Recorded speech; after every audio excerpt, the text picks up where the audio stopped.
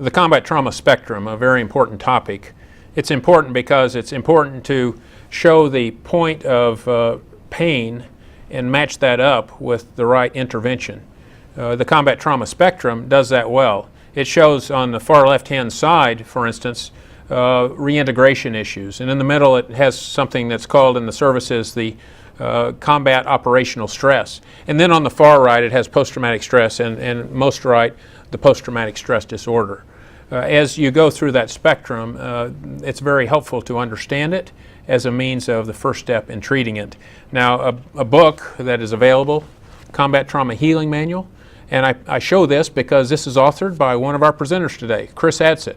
Chris Adsett and his wife Renella are both going to be presenting, 30-year members of Campus Crusade for Christ. They have just put a new book on the street called When War Comes Home.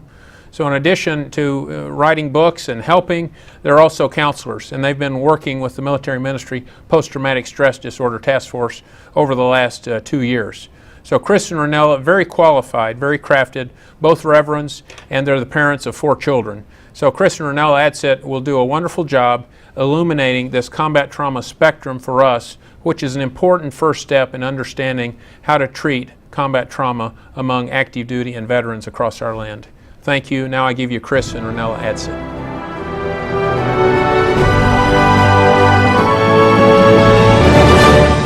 Today, my husband Chris and I want to give you the big picture, kind of a whirlwind tour of what combat trauma is and how it impacts individuals' lives.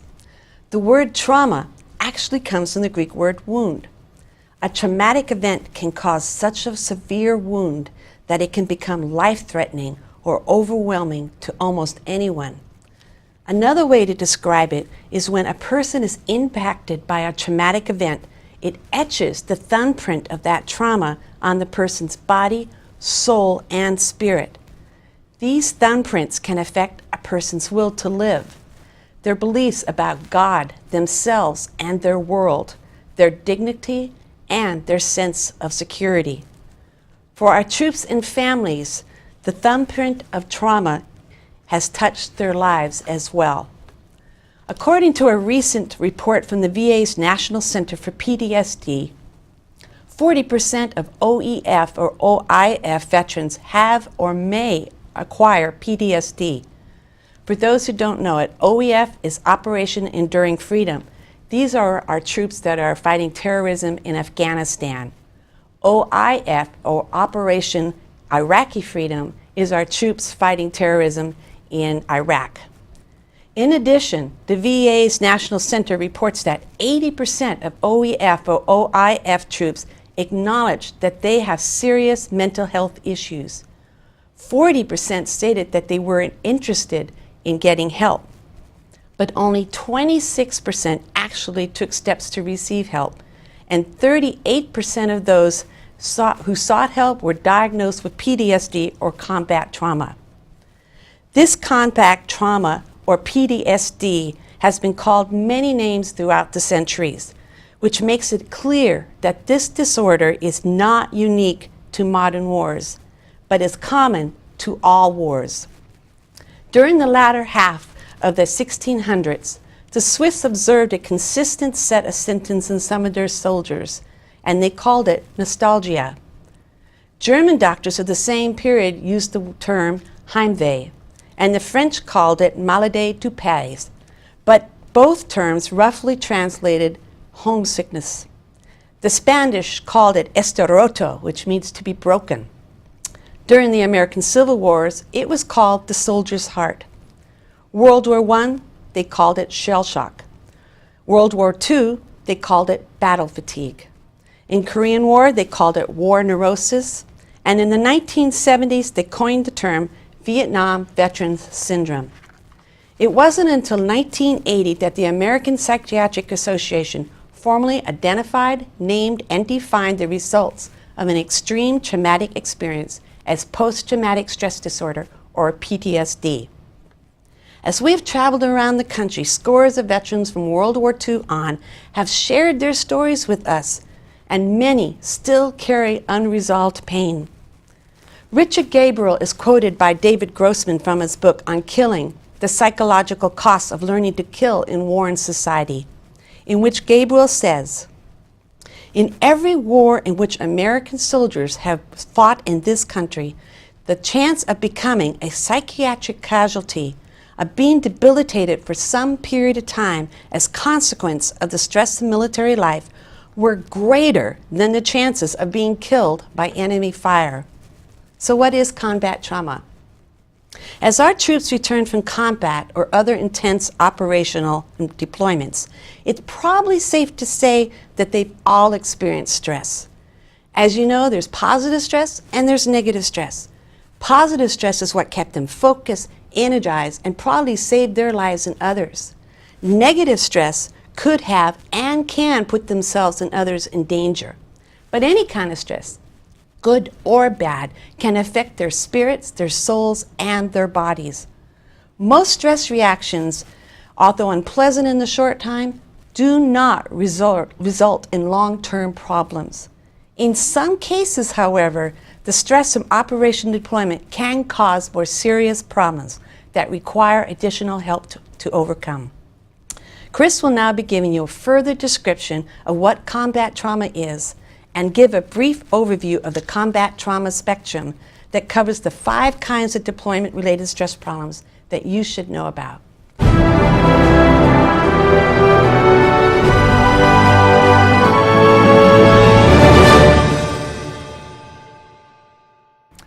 There are many things in life that are not black and white, not either or, not you have it or you don't, and the symptoms and diagnoses that are related to combat certainly cannot be classified in this way either. You can't say this person has combat trauma and this person does not have combat trauma so easily. There is a broad spectrum of responses that a person would have to the traumas that are associated with war, and these fall along a wide continuum based on a number of factors that we're going to go into later in this series. The term combat trauma is a general term that we use to describe the responses that a troop will have to the various stressors of war. It describes the same spectrum of conditions that the U.S. Army Center for Health Promotion and Preventive Medicine calls deployment-related stress. And we've chosen to use the term combat trauma simply because we feel it communicates the concept a little more succinctly, and it links easily with the terms and the concepts that the general public has already heard and recognizes. Now, as you see on the graphic on your screen or in your notes right now, there is a broad spectrum that involves a variety of conditions on this combat trauma spectrum. And they progress in severity from the left end of the spectrum, or the mild end, all the way up through the very severe end.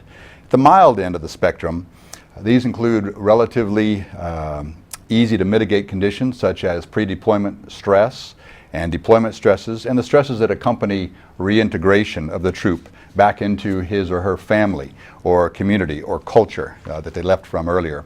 We're going to be going into a lot more detail regarding these conditions in just a moment. But the next stop on that spectrum as you progress from left to right identifies combat operational stress reactions, which describe normal reactions to the abnormal events of combat. Now, these symptoms tend to occur immediately after the stressor and are generally resolved fairly quickly without significant treatment. Next, we see adjustment disorders. Now, these are symptoms or behaviors that show distress in excess of what we would expect to see based on the stressors that we observe.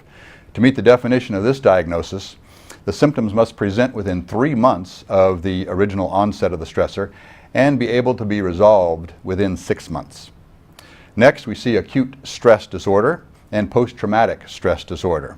And these are at the severe end of the combat trauma spectrum. As As you can imagine, these are very serious conditions, and in the vast majority of cases, they require proactive, informed therapy in order for them to be resolved. Now, if a troop doesn't receive this kind of therapy, it's very likely that the symptoms will persist for months or years or even for a lifetime. What about those who come back from combat and they never were actually involved in direct trigger pulling or conflicts while they were in the theater? They never fired a shot, and yet they still return home with very distressing symptoms, exactly similar to those who were involved in direct combat. Well, these troops can also experience combat trauma. Long periods of sleep-deprived duty, monotony, stressful assignments, and with the full knowledge that because of the kinds of conflicts that exist right now over in the Middle East, where there is no clear fighting line, there's no safe place, it's very difficult to identify the enemy, and there's no telling when a mortar or an IED or a sniper might particularly strike. That kind of stress, 24/7, eventually is going to take a severe toll on any troop that's over there. So when a troop knows that at any moment, even when they're in the green zone of Baghdad, which is supposedly safe, at any moment there could be a mortar attack, there could be any kind of a thing that could happen, and they know it could be their last moment, this eventually is going to have an effect that could cause them to experience even full-blown PTSD.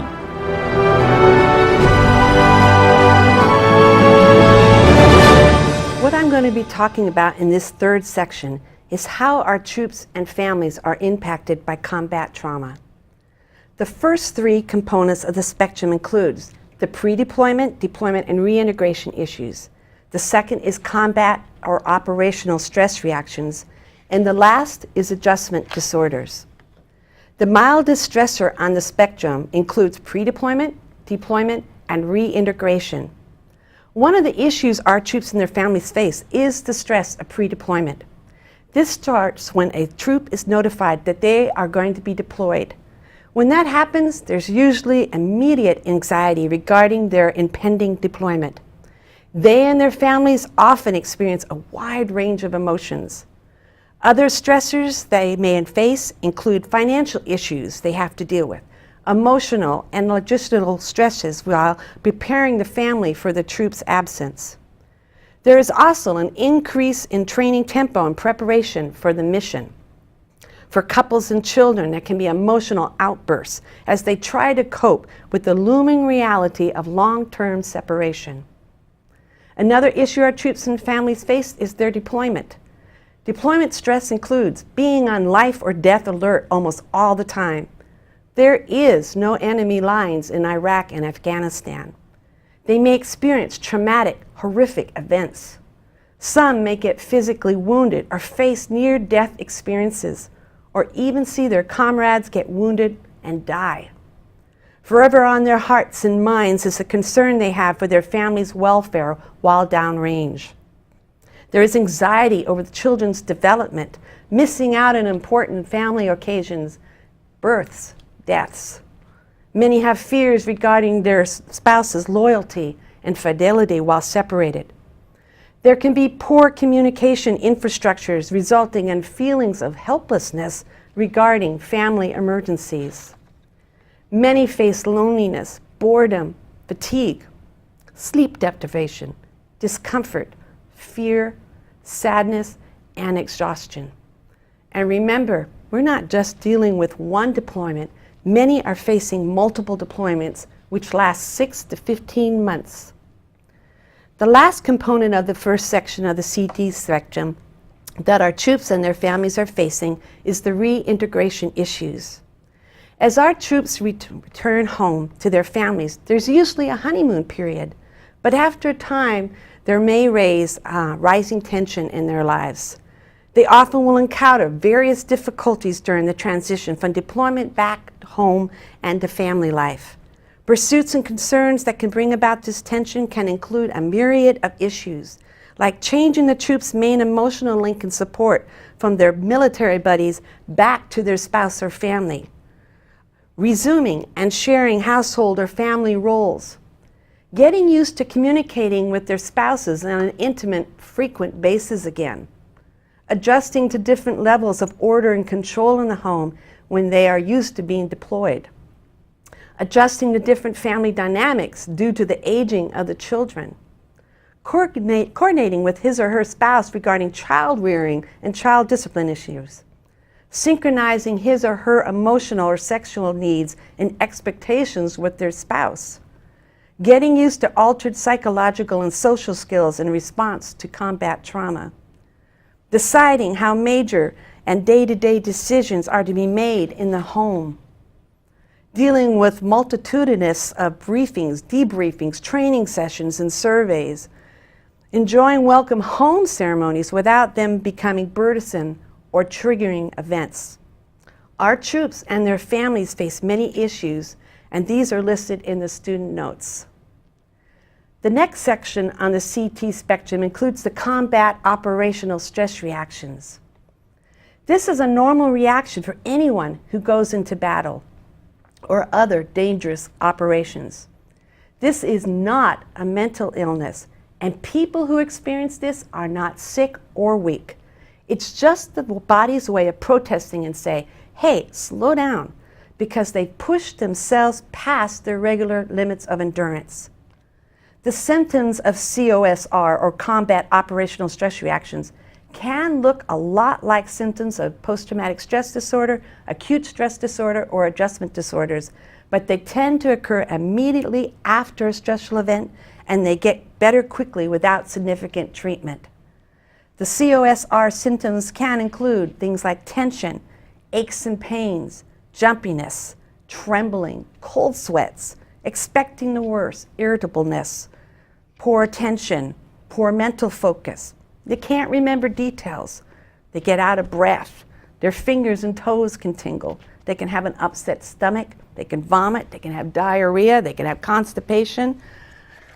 They have that 1,000-yard stare. They can have bad dreams. They can get mad at their leaders. They can have trouble communicating. They can lose faith in their unit and their leaders in the unit. They have trouble sleeping, and they can start blaming themselves. These symptoms and others are listed also in your student notes. The last one I'd like to talk about is about adjustment disorders. Adjustment disorders are much more common than either PTSD or acute stress disorder, and on the whole are usually much less serious.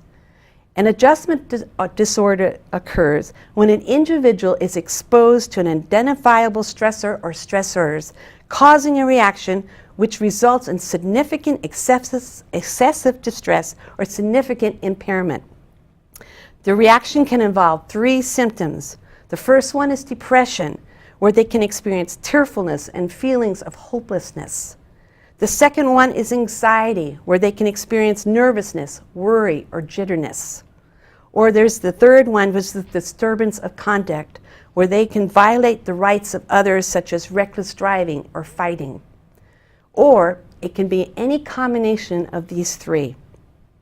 When someone has been diagnosed with a disorder, I like to tell those that I counsel that this is the place when a person gets stuck. Sometimes they get stuck for a short period of time, and other times they will get stuck for a long period of time. For someone who's been diagnosed with adjustment disorders, they're usually not stuck for a long period of time. Symptoms can occur as late as 3 months following an event, but usually are resolved within 6 months.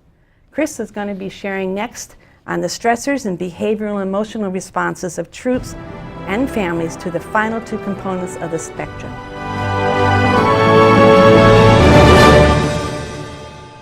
Acute stress disorder and post-traumatic stress disorder are very similar in terms of their symptomology. Both are extreme, long-term reactions to an abnormal stressor. Except the main difference between the two is that with acute stress disorder, there is an increased incidence of dissociative episodes and a shortened onset and duration of symptoms. Now, what actually happens physiologically when someone experiences ASD or PTSD? One of God's top design priorities when He created us was that we would be equipped to defend ourselves in a wide variety of dangerous situations. Now, with this in mind, He equipped us with an amazing set of response mechanisms that help us in our brains. Now, our brains, as you probably know, are divided into 2 halves. On the left side, that's our analytical side. It scrutinizes incoming information logically. It thinks rationally in very concrete terms. It's on this side that we store our practical information, things like how to read, how to speak, how to spell, how to do math. And this side remembers names and craves precision. Now, if our left side is more like a computer, our right side is more like a photo album. This side remembers faces and craves rapport and relationship and fellowship. This is our emotional side. It is very intuitive, very spontaneous, experience-oriented, it's artistic, creative, it stores emotions, and we dream on the right side of our brain. And very importantly, this is the alarm side of our brain. Now, beneath these two halves of the brain is our lower brain, or brain stem. Now, this part of our brain controls all the automatic responses and functions in our body, such as breathing and digestion and heart rate. The lower brain always trumps the two halves of the upper brain. Now, for instance, it doesn't matter how logical it may seem to you or how passionately you may want to, you cannot stop your heart from beating just by thinking about it. Plus, if you want to stop yourself from breathing, you can hold your breath for a while, but before long, that brainstem is going to assert its dominance and force you to take that breath, even if you're underwater at the time. When we encounter something that we would consider is a life-threatening situation, a cascade of hormone-based reactions is triggered. Our hearts beat faster, our lungs pump faster, thousands of small muscles in our arms and legs constrict, which pushes blood deep into our muscles so that we can have quick movement and strength. Our energy levels spike. We gain all kinds of amazing stamina and muscle power so that we are ready to fight or fly like we never have before. The ultimate objective in this set of reactions is survival, and it was put there by God. But you see, something also happens deep inside our brains as well. Our right brain alarm goes off and drowns out all the logical analysis of the left brain. And basically it starts shouting less thinking and more action. It also starts taking pictures like mad. Very strong and clear memories are being recorded, probably so that we will remember this event and avoid it in the future. At this point, our lower brain takes over. It is live or die time. With this organ in control, nothing else matters. It automatically directs the rest of the body into a series of very complex and focused ways to make sure that we will do whatever it takes in order to flee the danger and to survive. Okay, a person might say, the crisis is over, I survived, but why can't I move on? Why do I keep reliving the trauma that I experienced? Often, a trauma survivor can go through a short period of decompression and processing and return pretty close to normal.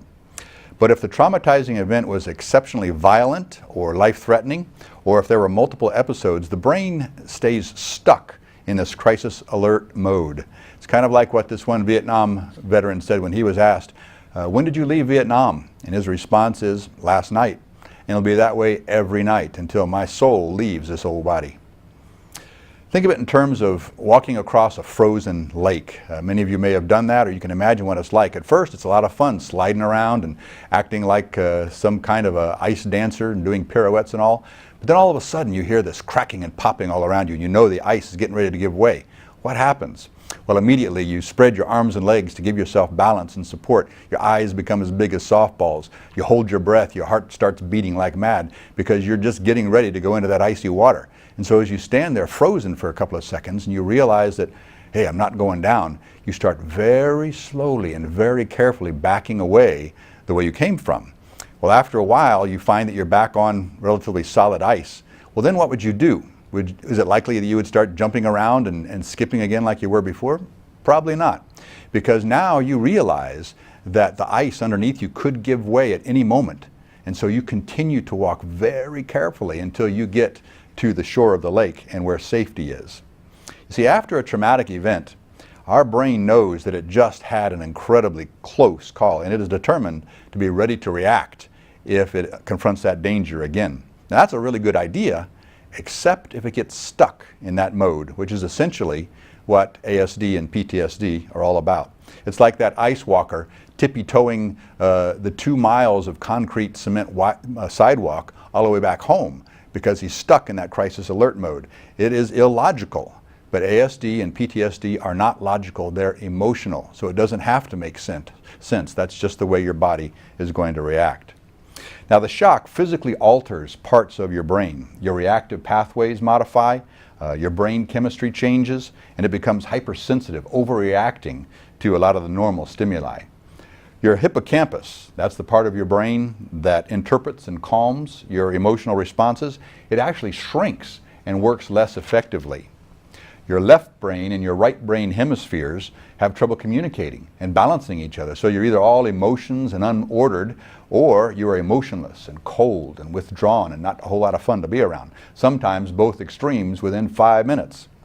And whenever your brain senses that it's getting near to the scene of the crime that it had encountered before, via some kind of a sensory trigger like a sight or a sound or a smell or a memory, it quickly opens up that photo album that it created during the earlier traumatic event and puts on this intense slide and video show to re-instruct you that you do not want to go back there again.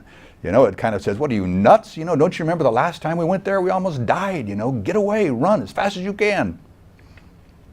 Well, in both cases, with acute stress disorder and with post-traumatic stress disorder, there are 3 main categories of symptoms that have been identified. Now, no one is going to have all these symptoms, but in order to meet the actual definition of ASD or PTSD, they need to have at least one or a few from each of these 3 categories that I'll be sharing with you next. The first category is called re-experiencing symptoms. Now, you see, memories and images of the traumatic event will intrude unbidden into the sufferer's mind. And they will experience them as if they are actually happening. They're not just a memory, they're actually feeling like I'm back there and it's happening again. They're often accompanied by very intense emotions, such as anger and grief and fear and guilt. You can see in your notes there that they include many symptoms like nightmares, sleepwalking, sleep fighting, daydreams, flashbacks, somatic flashbacks, which have to do with physical pain or medical conditions which will suddenly emerge linked to the feelings or the bodily experiences that they had during the traumatic event. They may fixate on war experiences, they live in the past. They may have spontaneous psychotic episodes where all of a sudden the present world seems to vanish and they are back in that traumatic situation, experiencing the traumatic event as well again. It's also called dissociation. Panic attacks or phobias are also involved in these re-experiencing symptoms. The second major category of symptoms are called avoidance symptoms. You see, a traumatized individual will attempt to avoid situations, people, or events that remind them of their trauma. Consequently, they feel numb, emotionless, withdraw into themselves. They try to shut out any of the painful memories that they experienced earlier. Friends and family feel rejected by them because they are simply unable to show appropriate affection or emotion. Some of the symptoms involved in the avoidance category are avoiding anyone or anything that reminds them of the traumatic event, physical or emotional reactions that remind them of the traumatic event. They become self-isolating. They become very anxious in crowds or in traffic. They experience a lot of despair and depression. They have an inability to trust other people very closely, very reluctant to talk about their traumatic experiences. They lack interest or motivation in things like employment and things that they used to enjoy, like for instance recreation or former hobbies or sex or exercise. Relationships that were once very close and even intimate become very strained and cold and distant. They require just too much energy in order to maintain them. They experience emotional numbness. They can't get happy or sad. Substance abuse in order to get numb, abusing things like drug and alcohol or food. Suicidal thoughts, suicidal attempts, physical fatigue, neglecting or abandoning personal care, hygiene, nutrition, exercise. These are all avoidance symptoms that we see in those experiencing ASD or PTSD. The third major category of symptoms is called the arousal symptoms. You see, fearing further traumatization, a lot of PTSD and ASD sufferers are always on the alert, on guard, jumpy, unable to sleep, very angry, irritable, keyed up. Many also have concentration and memory problems that fit into the same category. Now, some of those arousal symptoms are things like anger, irritability, having a real short fuse, throwing fits of rage, hypervigilance, always on the alert, always need to be armed with a knife or a gun nearby. Very easily startled, reacting to loud noises. They get involved in substance abuse in order to get unnumbed. Very opposite of what the avoidance symptoms would produce. They have reduced cognitive abilities. They're slower in their thinking, they're more confused, poor problem-solving abilities, trouble falling asleep or staying asleep, very prominent among ASD and PTSD sufferers. They experience night sweats, they have an accelerated heart rate, rapid breathing. Many times, particularly Christian soldiers and troops who go over will question or abandon their faith, feeling like God has betrayed them or abandoned them. They're very mad at God because things didn't work out the way they were taught they should work out back when they were in Sunday school. They often have a fear of becoming violent, and very often they actually do become violent and provoke fights.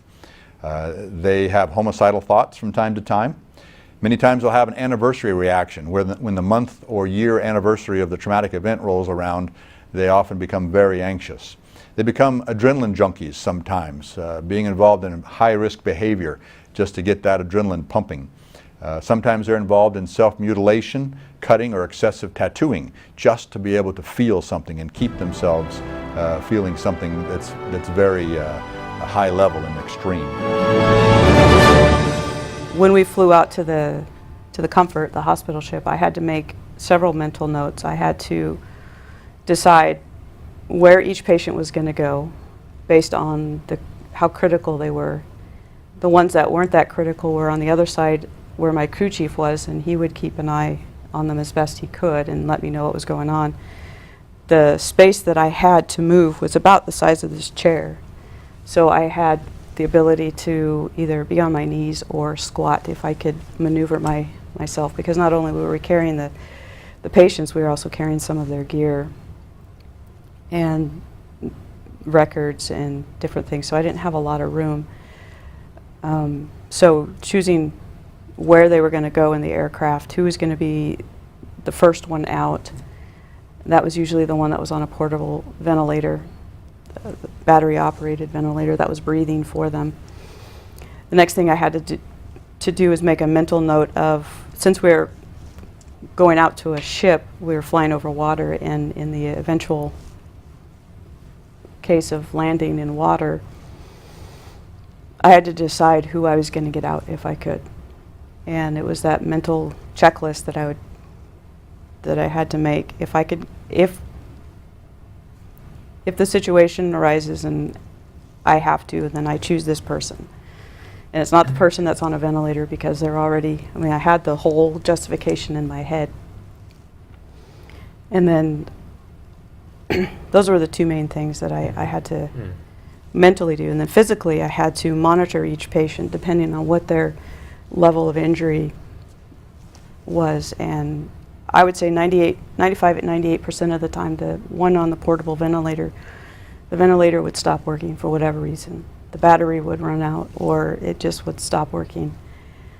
And so I would have to do the quick maneuver of detaching the ventilator from the patient. They had a tube down their throat, so I had to hook up a bag to the tube and move the oxygen and do all of this stuff just so I could breathe for them. And that's what I would do on my knees on a hard aircraft, is just breathe. Every 3 to 5 seconds I would squeeze a bag for this person, knowing that if someone else on that aircraft were to start going down, I would also then have to choose, okay, which one am I going to attend to? Because this person that I'm breathing for can't breathe on their own. Do I stop and help this other person, or do I have to let this other person go? Do you ever find yourself back on that helicopter? Almost nightly, even still. The nightmares are the scenario I just presented.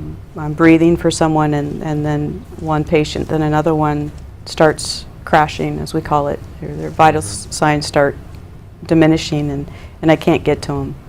Or I can't get to the helicopter where I know where the patients are and my medical gear. I mean, that's my biggest nightmare is not being able to get to my patients, or if I do, then I'm paralyzed somehow and I can't help. And that's one of my biggest fears, is not being able to get there. So every night you're providing urgent care, really, in your dreams. Just about. Well, let me fast forward. You've been on a lengthy deployment, and I understand the dynamic that goes with coming home. There's a certain euphoria associated with that, but it's also short-lived. So tell us about the height and the depth of coming home. We finally did make it home, and because we were National Guard, there was media there when we arrived. There was some pomp and circumstance, but we just wanted to get home. We wanted to sleep in our own bed. We wanted to see our families. For me, it was my dog.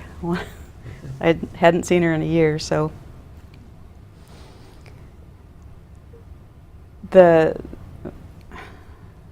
you said the euphoria lasted about a day for me, and then the reality of being back to normal started to settle, or to set in, and realizing that nothing's normal anymore. I didn't sleep that first night. Well, actually, I ended up not sleeping for a year, but that's a whole nother story. I got up the next morning, had to drive an hour north to get my gear because that's where the plane had dropped it off. And then while I was gone, there was one thing that kind of sustained me, that I looked forward to, that place that I could go to in my mind, that safe place, that familiar place. And it was my favorite coffee shop. My Saturday routine, go to Full City Coffee, get my drink, my bagel, my newspaper, my journal, and sit there for 2 hours. And that was me time. And that was the one thing that I wanted to do when I got back. I wanted to go to Full City, sit down, read the paper, drink my coffee. So that first day I got home after running some errands, I went to Full City and I got my drink and my bagel, and I sat down and I started to feel really, really uncomfortable. I'm sitting next to plate glass windows. We're 3 blocks from the hospital, so ambulances and fire trucks are screaming by. There's loud noises, people are dropping chairs. I had to leave. The one place that I thought that I could go back to that was safe and familiar wasn't anymore. And as I went throughout the day and months after, I started to realize that nothing was the same. Those places that I would go to in my head just to go back home, in a sense, they weren't there anymore. The way that I saw life was very different, and then the town that I live in is very, very liberal, and so when we returned, there were still a lot of those protests going on, and just the anger inside of me, these people that had no idea what they were talking about, and listening to people complaining in line that that they had to stand in line was very annoying, and I couldn't understand what was going on. Why was I reacting and responding to these people? Why can't I just ignore them? Kind of like what I did when I can just shut off my emotions, but I couldn't. The anger was starting to build, and I wanted to punch them, to Right. be honest. Tell me about some of those triggers. For instance, you mentioned the firehouse and the sirens. What do you think of when you hear a siren? Well, for us, when we were deployed, the siren, which actually sounds much like an air raid siren that you would hear in in London when the bombers were coming in, Germans were coming in. That meant a missile or some sort of foreign object was heading our way. A Scud alert. Yeah. Scud alert, yes. So that meant we had to get in our masks, because get into our gas mask and our protective suits, and as you know, with all your training, you have to put that mask on in 9 seconds, which means you first hold your breath and you close your eyes and you grab for your mask and you put it on, clear it, seal it, and then you put on the rest of your gear. So that alarm became so automatic. 9 times the first day that alarm went off, the first day of the war. One of them was actually a chemical alarm, which going to get your pucker factor going up. Think about all those chemicals that could be coming our way, and the effects that. But it was a conditioned response. Those alarms go off. Hold your breath, close your eyes, grab for your mask. And when I got back home, and there was sirens or alarms similar to that crescendoing siren and coming down, it was an automatic Pavlov type response. You quit breathing, first of all. Stop breathing, hold my breath. And I mean, instantly, even though I was in, this actually happened when I went back to work, where it was on the television behind me. The History Channel was on, and it was a World War II bombing series, and this air raid siren went off, and I jumped up and kicked over the chair and held my breath, and my eyes were closed, and I went for my mask, and it wasn't there, but I'm also moving forward, and I run into a chair, another chair, and that's what kind of brought me to, and I was humiliated, and I was just in shock that, okay, I know I'm in Sacred Heart Hospital, but I just went for my mask that isn't there. And then I started feeling unsafe. I don't have my mask. I don't have my weapon. I don't have the things that I need, that I know are going to protect me.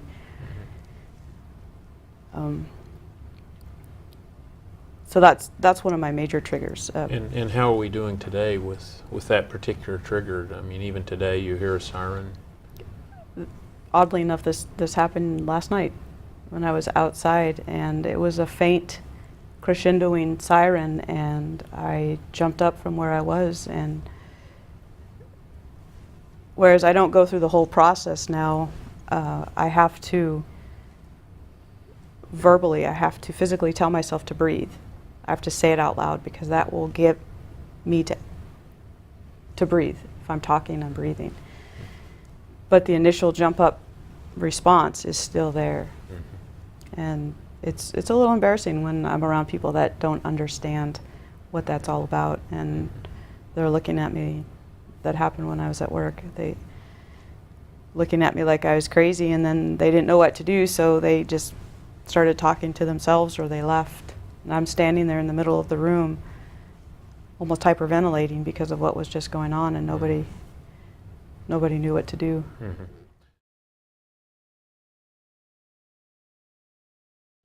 Now, as I mentioned earlier, the main differences between acute stress disorder and PTSD has to do with time.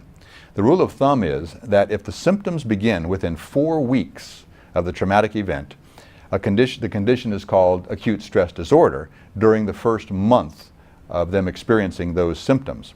Acute stress disorder will resolve itself within those first 4 weeks. But if the symptoms persist longer than a month, then the diagnosis is changed to PTSD, as long as it still meets that full criteria of the definition of PTSD. For the next 3 months after that initial month when it's ASD, for the next 3 months it's called acute PTSD. If the symptoms persist longer than those 3 months, it's called chronic PTSD. And you see all that on the graphic, either on your notes or on the screen. Now, with PTSD, a person could actually function pretty close to normal for many months or even years after the traumatic event before they begin to experience symptoms. If the symptoms start longer than 6 months after the initial stressor, then it's called delayed onset PTSD. This is something that a number of World War II veterans are experiencing even today. Back when World War II was over, they experienced a lot of high emotion and anxiety. They stuffed it on down because they didn't know what else to do about it and never dealt with it. And so they raised families, had careers, retired, and now that they're in their 80s and they're seeing things on the TV relating to the war in Iraq and Afghanistan, a lot of these PTSD symptoms are beginning to surface in these men some 50 and 60 years after the conflict. And that's definitely delayed onset PTSD. As you might imagine, experiencing combat is not the only way that a person can encounter PTSD. One can end up having PTSD through natural disasters because of things like floods and hurricanes and tornadoes and earthquakes and tsunamis, just accidents like traffic accidents or household accidents, assault, sexual assault, kidnapping, torture, viewing any of the above, and this is a big problem with a lot of firefighters and policemen and policewomen that are involved in their normal duties, or receiving tragic news about yourself or about a close loved one. Perhaps it might be a prognosis of a terminal illness or something like that.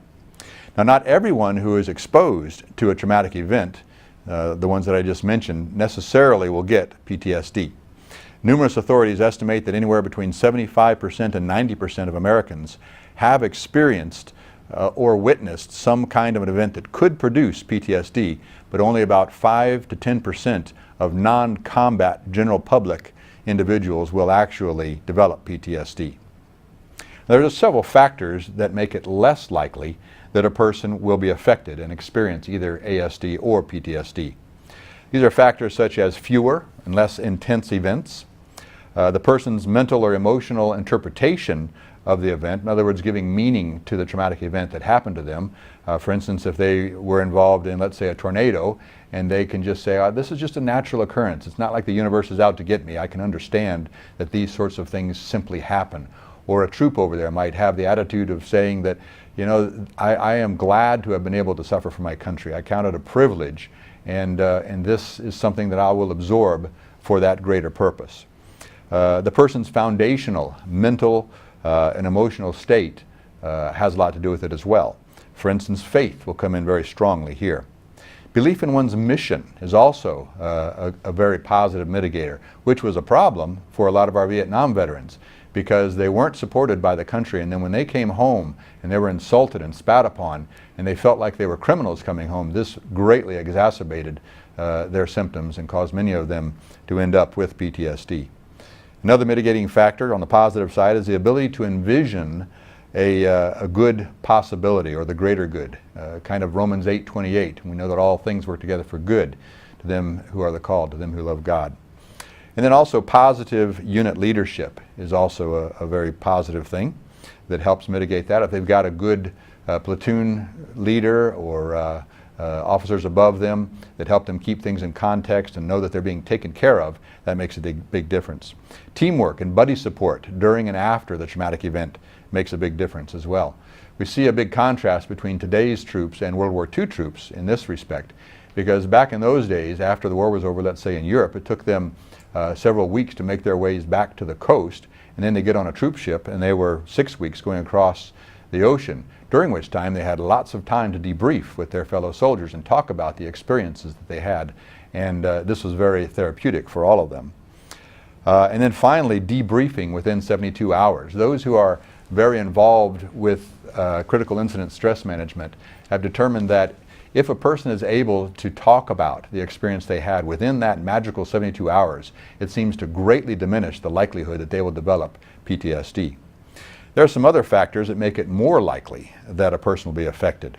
More recent, intense events, which is happening over in Iraq and Afghanistan all the time, a greater level of personal involvement in the traumatizing event, in other words, experiencing it rather than simply witnessing it. When the event occurs on top of other current stressors, like for instance, a person may be afraid of what's happening with their relationship to their fiance, and they're also having a lot of anxiety about the combat they're in, and all of a sudden they receive a Dear John letter from their fiance. This makes things a lot worse. Traumatic events in childhood. If somebody is involved in, as a child with parental abuse or sexual abuse, then what happens is their abuse cup is kind of closer to full when they head off into combat, and it doesn't take much more to send that cup over the edge and help them to develop actual post-traumatic stress disorder. And then finally, strong feelings of responsibility over what happened, what they witnessed, or what they experienced in the traumatic situation. I want to shift our attention next to the effects of deployment on the spouse and the children of a troop.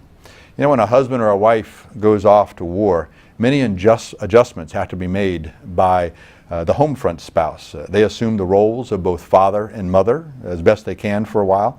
They assume all the household chores and responsibilities of the deployed spouse. What used to involve teamwork now has become a solo operation. And there's now many emotional burdens which they can't share with the one that they are closest to on the planet. And also various temptations are more accessible during that time. Family logistics, such as trips to the doctor, shopping, or school activities or recreation, are also harder to accommodate. And physical respites are also more and more rare. So as you can see, the deployed troop is not the only one who is being stressed out during the deployment. As Renella brought up earlier, when a troop comes home, he's stressed and she's stressed, and that reintegration period can present a number of great difficulties to both the husband and the wife. They need to be very carefully negotiated. But one of the most debilitating problems has to do with how returning troop, how they can affect their spouse or their children when they come home with ASD or PTSD. An increasing amount of study is being done on a condition known as secondary traumatic stress. That is, the traumatizing effect of the combat troop's condition having a very negative effect on his or her spouse and children when he comes back. As a combat trauma sufferer struggles with their symptoms of PTSD, and the spouse tries to understand and adjust to this different person who has come back from the war, then many times the spouse or the children will actually begin to manifest many of the same symptoms or even different symptoms of the troop who has come back with PTSD. A spouse can also experience primary traumatic stress if the combat trauma sufferer threatens them or harms him or her. For instance, let's say a combat trauma veteran has come back and they're having a nightmare about being attacked. And he half wakes up and notices his wife in the bed next to him and thinks that she might be the enemy, and so simply as a matter of self-defense begins to attack her. And obviously if she feels that her life is being threatened, she could also develop PTSD or ASD.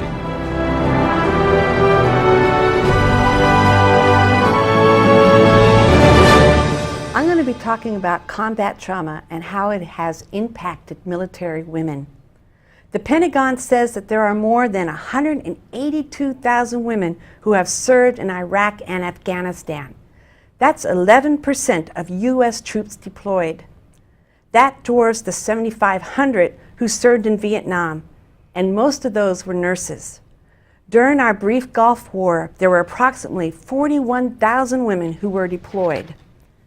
Women are barred from ground jobs such as infantry, armor, and artillery units, and are technically confined to support roles. But those jobs include some of the most dangerous: driving convoys, being a medic, guarding checkpoints, and searching women as part of neighborhood patrols. According to Patricia Resick, who is the director of the Women's Health Science Division at the VA's National Center for PTSD in Boston, she calls the war in Iraq an equal opportunity war, with attacks not only come from enemy fighters, but also from roadside bombs or IEDs and mortars. There is no front or rear line in Iraq or Afghanistan. A person has no clear idea who or where the enemy is. There is no uniform. It could be a man, a woman, or even a child. There is no safe place. All our military men and women are in enemy territory. According to the VA, women diagnosed with PTSD accounted for 14% of the total 27,000 recent veterans treated for PTSD. For some women, combat trauma is complicated and intensified by rape or other sexual abuse, often by the comrades they trained and fought beside. Sometimes they are raped by a military superior. The VA says that 20% of women seeking its care since 2003 showed signs of military sexual trauma, that's MST, compared with the 1% of the male veterans. There may be more sexual assaults, but many women hesitate to report it for various reasons, and others may be waiting till they get home. In the newspaper on January 20th, 2008, there was a cartoon of Doonesbury by Gary Trudeau. The scene is a woman combat vet talking to the therapist, and she says, "Ma'am, I've been trying to think of myself as a wounded warrior, like Elias told me so, but it's been a tough sell. I keep calling myself out. I go, wait a minute, I suffered sexual assault from my country? How's that work? Like, where's my Purple Heart?" But guess what happens today? PD comes up to me today, puts this in my hand, and walks away. The therapist looks at what that's in the vet's in her hands and says, "It's a candy heart." And the vet says, "Purple, of course." And the therapist reads the heart, which says, "Born to roll." And the vet replies, "Someone's got my back again, ma'am." Let's not forget the vets who are women. Let's become their battle buddies and watch their backs.